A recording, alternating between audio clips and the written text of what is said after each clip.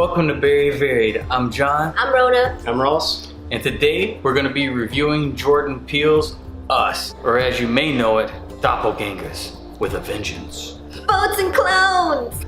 Them. The cast of Black Panther survives Jordan Peele. He is me. I am you.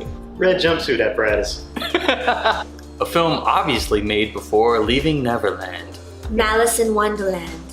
Too many scissors. When scissoring goes wrong. This just in. Hollywood's vendetta against flare guns still exists. Damn, a vendetta against them. I'm on a boat. Twice. Severed hands across America. No, I'm done. I said 05.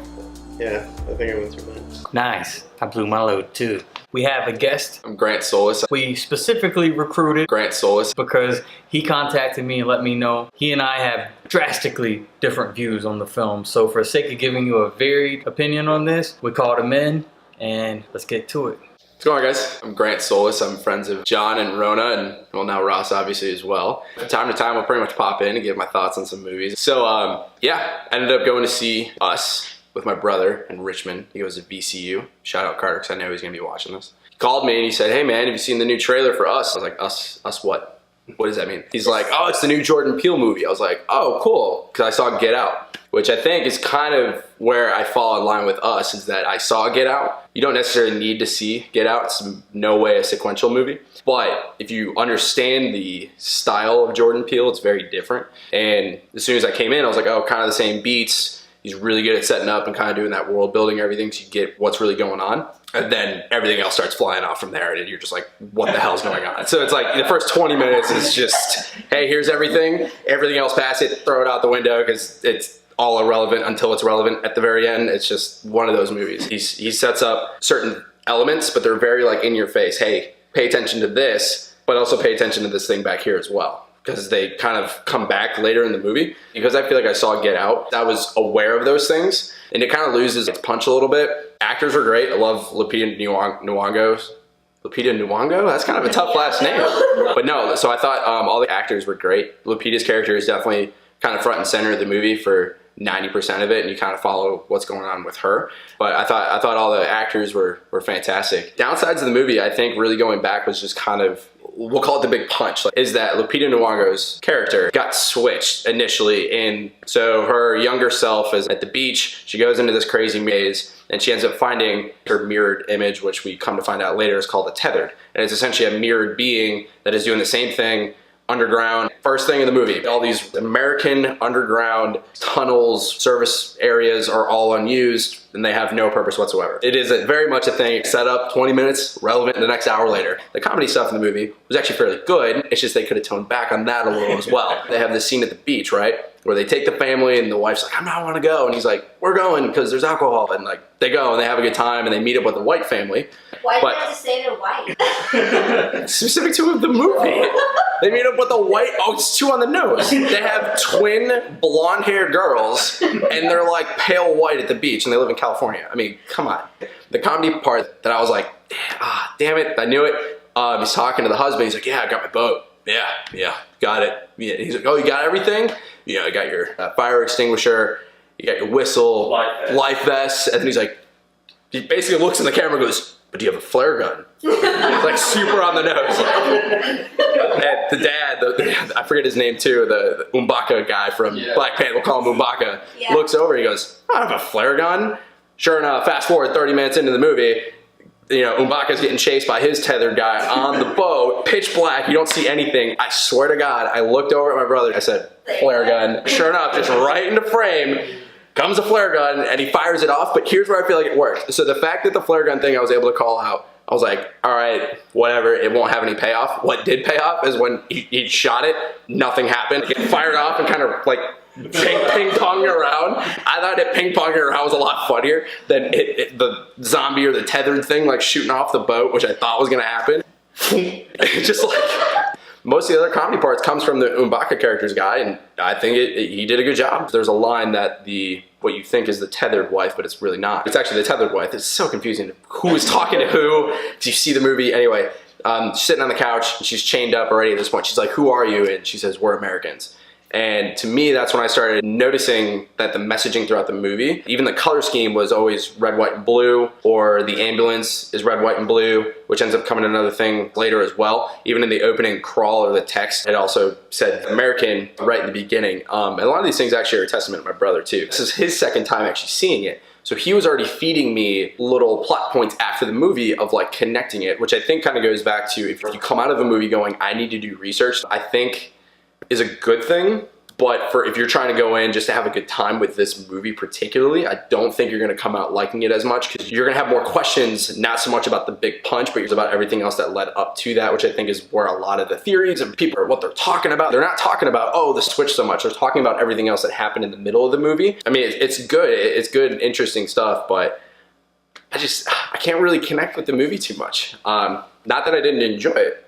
But I even texted Jonathan after the movie. He's like, what are your thoughts? And I was like, here's my 1 second review. And I gave, I think it was Paul Rudd on the couch of Jimmy Fallon. He just goes, as a gif. It's just, this is kind of a meh movie. Like, my expectations weren't exactly met, but it was really well done. And I'm able to now theorize and talk about plot points and stuff. So like, that's cool. But meh is kind of my final review of the movie. I'm gonna leave you with a, As far as like a rating, if you were to give it a rating. rating out of 10, probably give it a 7.5. It's a meh rating. I mean, I paid $7.50 plus tax or whatever for this movie. I think it was well worth that price. But that's all I really have for that. Yeah. So cool. Chewy out. I went and saw Us literally about 45 minutes ago. So this is fresh on my mind. I would say that there are a lot of things that you need to keep an eye out for in the background. I did love that about the movie. Going back and just thinking about it now, there's a lot of things that are kind of, I believe as Grant said, a lot of on-the-nose things, especially looking at the maze that she wanders into. It says, find yourself. Or later on in the movie, whenever she's going into the tunnel at the very end, she sees a rabbit painted on the door. Hands Across America at the very beginning when he's watching the video. Just crazy stuff. It's little things, and it's sort of Easter eggy, and I like it. Good point. Across America thing that make you think of Beer Fest? Yes. Across America. Yeah, I couldn't stop like singing that in my head every time I saw the chain. I like the movie. It's a little slow for my taste. I really do appreciate the premise of it and the execution. There was a second twist that I didn't see coming. There were multiple tethered. I really just thought the whole movie was going to be them running from themselves. So that was a nice touch to me. The big reveal at the end, the big twist, where you find out that Lupita, as a child, was switched with her tethered. Also a great touch. I really did like the movie, but I really only got into it probably in the second half of it. The beginning was just too slow. It felt sort of pointless to me in a way. I agreed with Grant. Hardcore fist bump officer. Yes.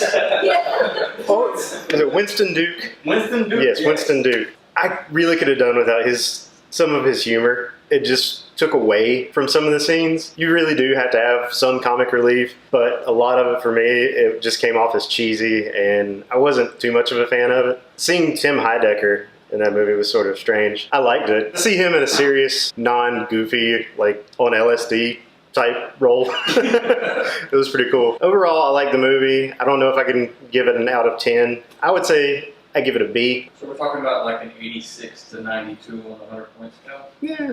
If we're going by the American grade system. Yeah. Ooh, So that'd be what about the honor roll system? That would put it as an 8.6 roughly. Oh, I might have to tone that down to like a B minus then. Okay. Seems a little too. 8.1. 8.1. I would definitely say go see Us, and everybody's going to have their own take on it, but if you're a fan of horror, it's not going to be a slashery type movie. There's elements of that to that, but it's more a psychological thriller in my mind, and that's really all I got on it.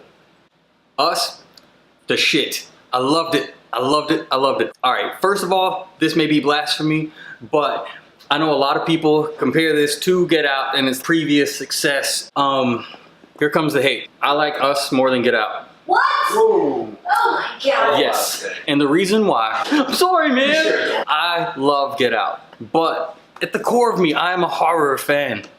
To me, Get Out was not even a horror movie. That was like a social commentary thriller, and it was damn good, but not a horror. And that made me want to see Jordan Peele do something that's right in the purest kind of horror lane and see what that would be like. And I feel like we got it with Us. I think he could go further.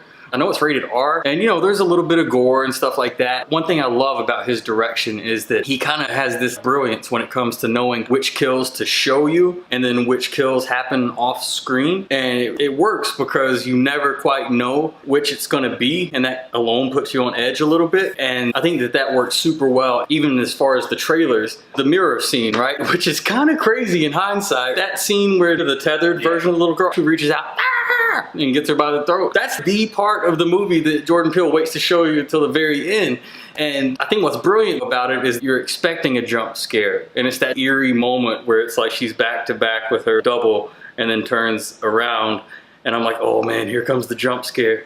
And no, camera goes back to the parents off over here a little bit. And it's like, okay, you're toying with us. I like this. It's not going to be super, super predictable. That being said, 10 minutes into the movie, I was pretty certain. I told Rones, I think lapitan'yongo's character, Adelaide, and Red were switched way back in the beginning. Definitely saw that coming from a long way off, but it didn't take away from my enjoyment of the movie because it's definitely more metaphorical than Get Out. And there are certain things... metaphorical than Get Out. Yeah, there's a lot in this movie that is so far beyond willing suspension of disbelief for the sake of symbolism that I think it works better if you take it extremely metaphorically. Get Out works like, hey, you can just watch it as it is. Pretty much everything social commentary wise is already there. It's in the script. It's in the words of what people are saying. So I really, really like this, and I loved the shit out of the first half of the movie. I would say perfect in my book. Oh, we switched. Yeah, Ross and I knew there was gonna be beef, or it could be raw bunny. I loved the humor in the movie. I think it worked really well that Winston Duke's character is the cheesy dad joke dad.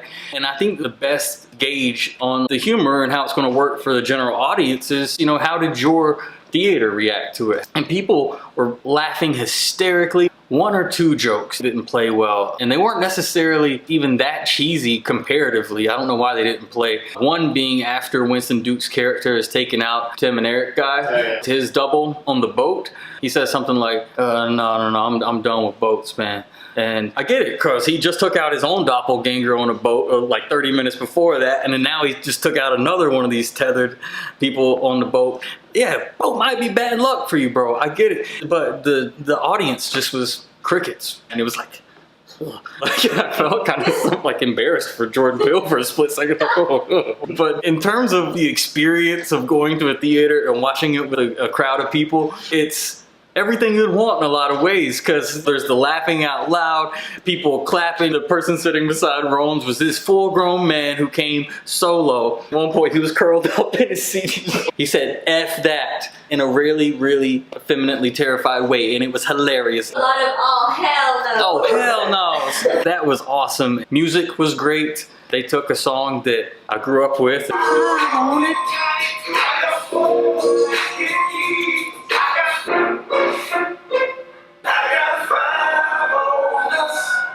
It's creepy now, and it will forever be. And that wasn't the only great music in the movie. They took a lot of themes that are otherwise jovial, happy, feel-good songs, and then with the scene that's happening, you just like can't see it that way anymore. Like the Beach Boys. Yeah, the Beach Boys are now horrific. They're scary now. Another humorous moment I really like a lot too, Elizabeth Moss's character, is she's already been stabbed, she's on the floor crawling for her life.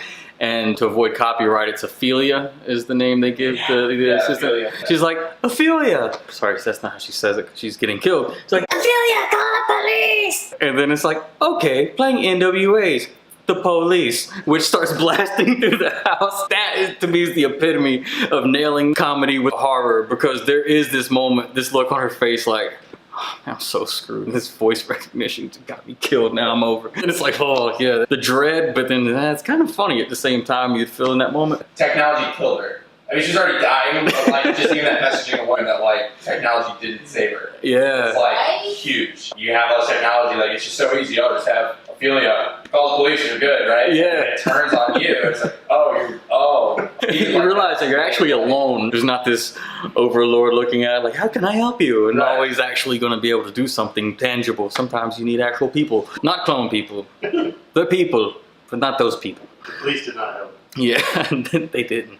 I'm not going to say it's a perfect film. The scene where Red is underground and she's explaining to Adelaide, whichever one you want to consider, whichever one. I'm not doing this back and forth for the whole damn video. It's a little bit too much telling me, not showing me. It was too expository. I would have rather it been kind of hinted at or done in more subtle ways than it was. And it took away the scariness of her character to have her kind of in that voice, which is scary in limited amounts. But when you're giving a whole monologue about your master plan and how you got all these red jumpsuits and scissors for everybody and why you're doing this, it gets less scary as she explains it. So I would prefer that to not be the case. But otherwise, I really like the shit out of this movie. And my favorite thing is everybody's talking about the lapitan'yongo, her character's twist. But I'm starting to really believe this theory that the little boy Jason / Pluto, I think those creepy ass kids got switched up too. And on a second and third viewing, I think it's gonna get more obvious. But yeah, and that's all you can ask for in a movie. I haven't stopped thinking about it since I saw it. Been talking to everybody about it. I'm dying to see it on numerous occasions to get more and more out of it. And not every movie does that. So yeah, I'm gonna give it, shit yo, like a 9 out of 10. Damn! Yeah. That's Alright. Sweet. I really liked this movie. It got me thinking immediately. As soon as I walked out of the theater, I was already like, do I like this? Do I not like this? It's just like all over the place for me. I realized that the way that it got me thinking to that degree, I have to love this movie. It delves into that part of me that is that whole mystery, figure things out, go back and watch it, theorize. Yeah, at the end of the day, I love this movie. I don't know whether Jordan Peele knew when he started doing the movie.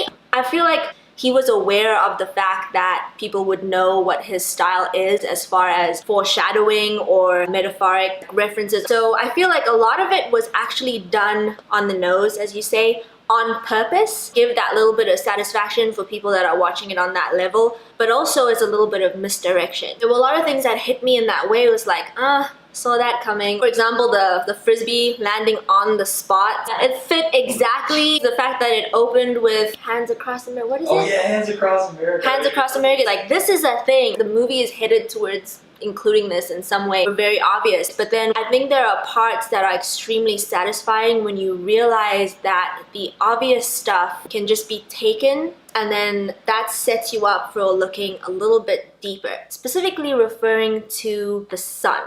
So I love dancing. I've been dancing all my life. One of the things that really bugged me from the trailer, like from the get-go, they were not in time. Not only were they not in time, but they slowly went from not being on time to then speeding up. A beat is steady. Please don't, I can't stand it. It irks me on this level. Even when I'm getting ready in the morning and there's like music playing in the background, my pacing of things will change according to the beat because it's so ingrained in me. So that stood out from the trailer and then I kind of forgot about it. But when I saw it in the movie, I could not notice it. And if you remember Adelaide's character, she didn't speak when she came back from being traumatized. So that was like kind of a big giveaway. Rationalized, as human beings do, and something crazy is going on, that she didn't speak because she was traumatized. But the tethered actually have issue speaking. They communicate in like grunts and moans, and the fact that there was that, and also the fact that she made reference to how she learned how to dance in the above world being the tether because the below world, her, who was actually the real her, like, just kill me, children. That's how you make them. She was dancing down below, which kind of gave the tethered version, who was posing as the real her, the ability to dance. So the fact that she made that specific reference about the dancing, and then her and her son had that moment where she was trying to get him in rhythm, it's like she had to learn how to be in rhythm and she was teaching him how to be in rhythm. So those mofos got swapped. yeah, exactly. And the fact that he had a traumatizing thing in his life that happened recently as well, with the grandma passing away, and he was having a hard time with that. Apparently it was like alluded to. So that's just like the perfect, the little trick that he had down pat, the previous trip and this time was struggling with the whole time. Yeah. And the burn thing.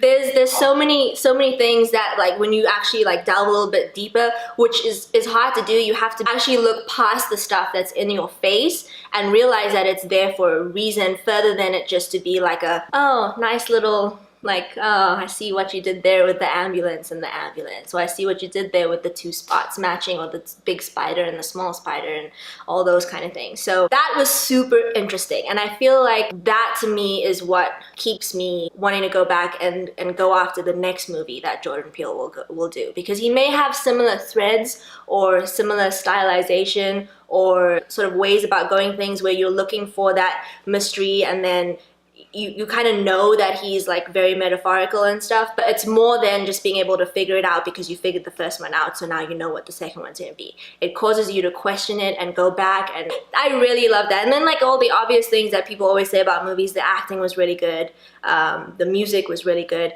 the humor, I agree with you guys, it was, sometimes it worked, other times it was, and it's not to do with the jokes because they were consistent in terms of their quality and the character that was giving them and all that kind of stuff, but it was the situation. There were times where instead of it being or working with the scene, it took away from the scene in a way that it didn't need to. But other than that, like that's nitpicking. I feel like the more I see this movie, the more I'm going to enjoy it. It's definitely one that I would own. I think my rating is gonna be...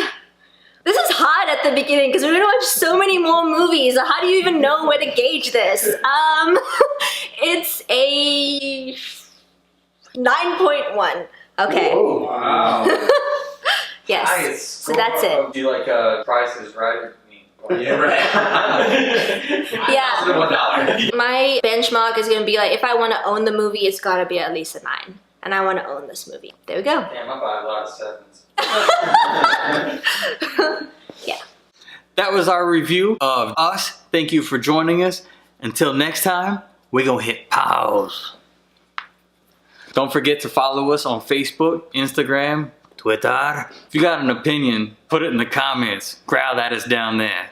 We'll see you next time.